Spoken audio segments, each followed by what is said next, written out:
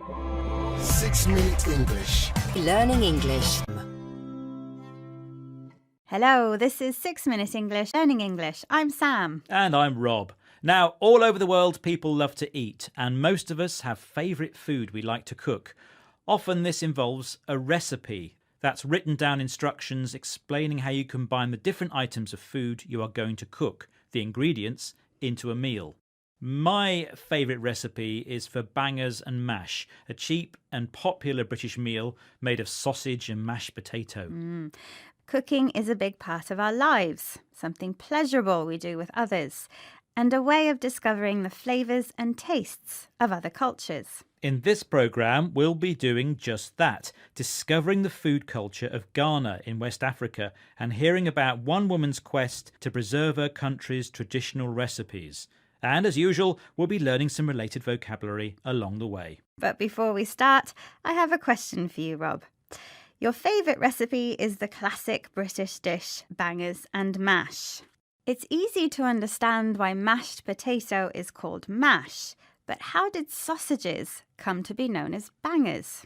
Is it A, because bang is an old-fashioned word for pork, B, because sausage-making machines used to make a banging noise, or C, because sausages would explode in the frying pan, going bang? I think it's A. Bang is an old-fashioned word for pork. OK, Rob, I'll reveal the correct answer later.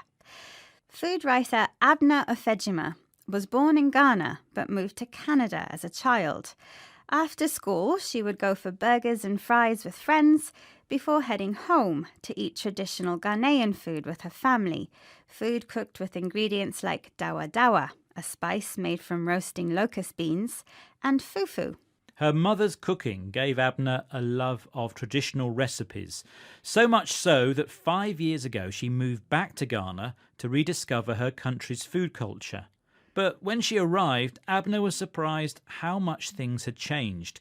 Many traditional spices and ingredients were no longer being used, and it was more common to see tomato ketchup than Ghanaian chipotle sauce. Here, Abner describes how her grandparents used to cook in the old days to BBC World Service programme The Food Chain. So they would actually cook the yam, you would cook the plantain, and they will use, the mortar and the pestle to actually pound it, Now in Ghana, you could just buy potato flour and just make fufu on the stove. But we're losing that, right? That communal experience of cutting the yam and cutting the plantain and cooking it. Abner's grandparents made fufu the traditional way, using ingredients like yam and green bananas called plantains. These were placed in a mortar and pestle, cooking equipment made of a bowl, the mortar, and a heavy stone, the pestle, which is used to grind ingredients together. The traditional method was to pound fufu, to crush it into a paste or powder. But nowadays, many people buy ready-made flour and cook fufu the modern way, on a stove. For Abner, this represented an unwelcome departure from ancestral ways of cooking, and she decided that something had to be done. Here's Ruth Alexander, presenter of BBC World Service's The Food Chain, to continue the story. Abner was so taken aback by the loss of know-how about Ghana's traditional recipes and ingredients in the towns and cities that she decided she had to do something and set off to rural areas on a fact-finding tour. We traveled across the Upper East region in Ghana just to document indigenous dishes and to ask, what are people eating now? And learning that a lot of dishes are lost. Abner was taken aback by the changes in Ghana's food culture. She felt shocked and surprised. Traditionally, recipes were passed down orally from mother to daughter instead of being written down. So a generation of young Ghanaians were losing cooking know-how, the practical skills and knowledge of how to do something.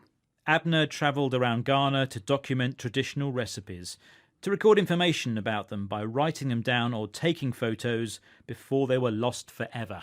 If her story has inspired you to find out about your own country's traditional recipes or discover more about Ghanaian cooking, you can read more on Abner's website, Living the Ancestral Way.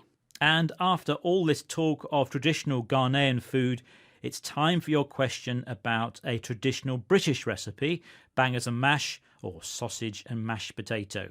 Now, you asked me about the name banger, and I guessed that bang was an old-fashioned word for pork. So, was I right? You were wrong, I'm afraid, Rob.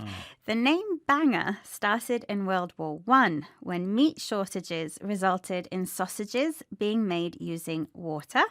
That caused them to explode, going bang when cooked. Well, that's certainly one way to spice up your cooking.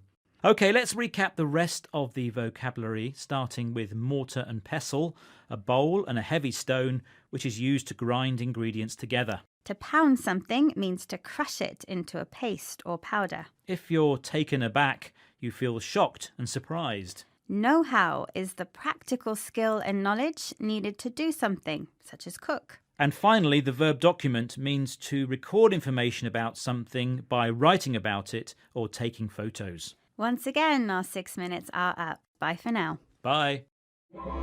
6 Minute English.